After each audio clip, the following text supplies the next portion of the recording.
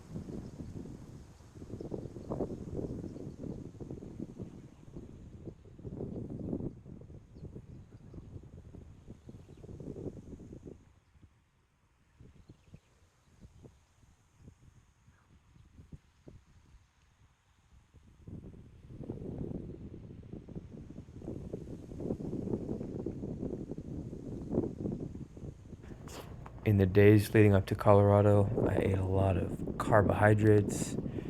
It's called carbo loading. When you go out and do a lot of running and a lot of long distance running, which is a lot of what ultimate frisbee is. As a tournament, you're running 3 miles a game, 3 games a day. You gotta get your carbs in. So this is some footage of me on the plane and then landing at our Airbnb. There was a game room. There was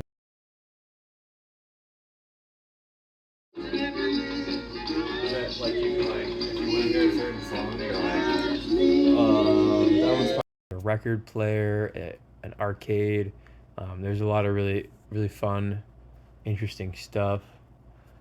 This is the morning of our first game. I was hanging out with JP. It's really fun to hang out with him that weekend. Damn, Tooley. Get to know him a little bit better, and just get some quality time. So this is the field. This was some of the boys that came out to play at Colorado. The tournament's called Summer Solstice.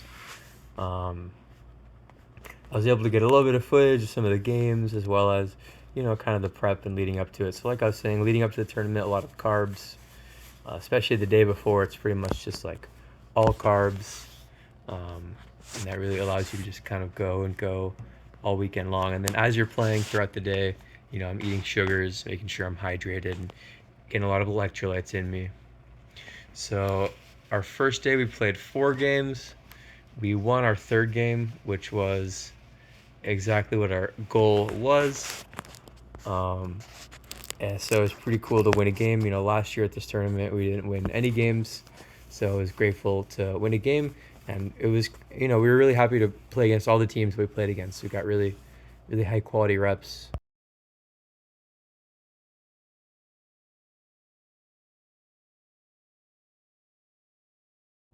Against a U20 team. Shout out to Colorado Cutthroat.